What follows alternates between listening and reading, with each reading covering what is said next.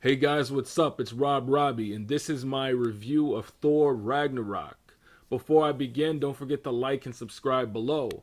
Now, I guess the cat's out the bag, but secret is the movie is awesome.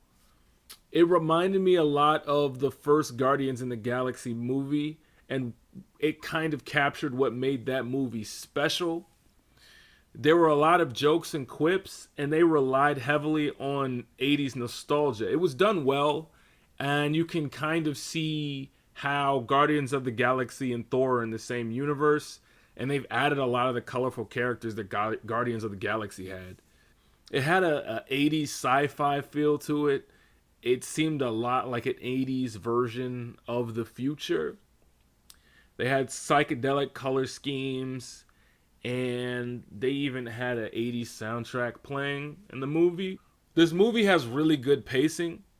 The first, second, and third act are really well done. The first act is introductory, and we meet a lot of new characters. The second act is fun, it's amusing, and it's the funniest part of the movie. And the third act is done really well. The problem we have with a lot of comic book movies, and this is Marvel and DC equally, is the third acts tend to be very contrived, and they tend to resolve themselves with a lot of smash, smash, smash, and not a lot of. The battles aren't as heroic as they could be.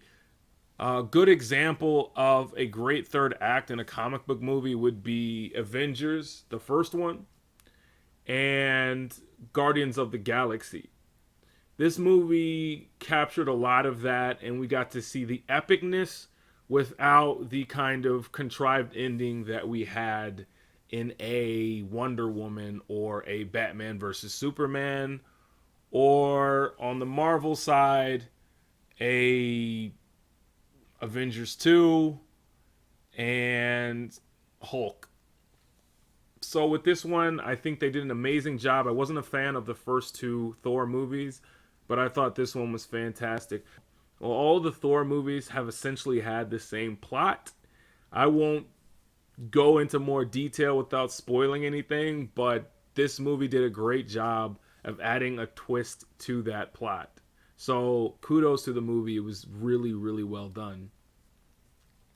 Character by character, Thor's character was very different in this movie from the other movies. Aside from the new look that they gave him, they made him very Star-Lord esque. He was wittier than we're used to seeing him. I remember him being charismatic, but not as witty in these first two Thor movies. But in this one, they made him more of. He kind of had a John McClane esque feel to him, with a carefree attitude and very funny. As far as Loki, Tom Hiddleston does a great job in this movie, portraying Loki as he always does, but I've never really liked the character. I won't go off on a rant on this, but I despise bad guys that are allowed to do horrible things and then switch back and forth from being a good guy and a bad guy. Magneto was like this. With respect to Loki, in Avengers, he tried to wipe out all life on Earth. And despite all of that, he still talked to like he's a rational, reasonable person, and I just can't get down with that, because I think, to me, well, you don't have to kill him, but you shouldn't be cool with them after that. Kate Blanchett, Kate Blanchett, or as I like to call her, Kate. I mean, what can she do? Not to objectify her, but she looked amazing as hella. I really loved her costume design, and that bad guy look was quite becoming on her. She brought the Galadriel elegance, and I was quite taken by her. Hulk. This may come as a surprise, but I was not a huge fan of the Hulk in this movie. I think it took away a bit of his mystique.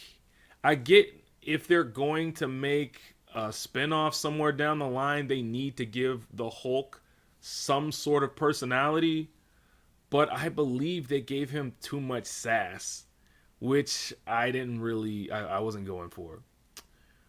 Although I did think the Hulk was great in the third act. Jeff Goldblum.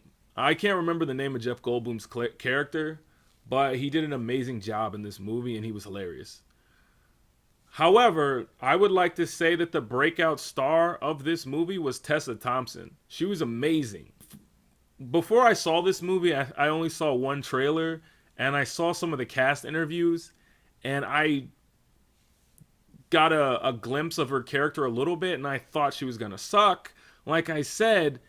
And the thing about characters in Thor is that outside of Thor, Loki, Odin, and Heimdall, the other characters tend to come off as corny. With with Thor, you have this what is essentially a high fantasy movie disguised as a superhero movie. It's problematic for some directors because you're essentially getting a Lord of the Rings esque movie with spaceships. The first two movies didn't balance the fantasy and superhero aspects well, but this one, kind of borrowing from Guardians of the Galaxy, did a really great job. I think the best example of fantasy and sci fi balancing each other out is Star Wars. And we had a lot of that in Guardians of the Galaxy. It kind of reminded people of Star Wars. And I think this movie also tags along with those two franchises and does a really good job of balancing fantasy and the comic book feel of a movie. So overall, I love this movie. I would give it a 9 out of 10. I'm trying to think of my own rating system that's unique, but right now I'm just going to have to go with a 90%. I think it's well, let's say a 91%. I think it's a solid a 9 out of 10, and 2 thumbs up. So this has been my review of Thor Ragnarok. Tune in next time. Thanks, guys. Peace. Hey guys, don't forget to subscribe here. Right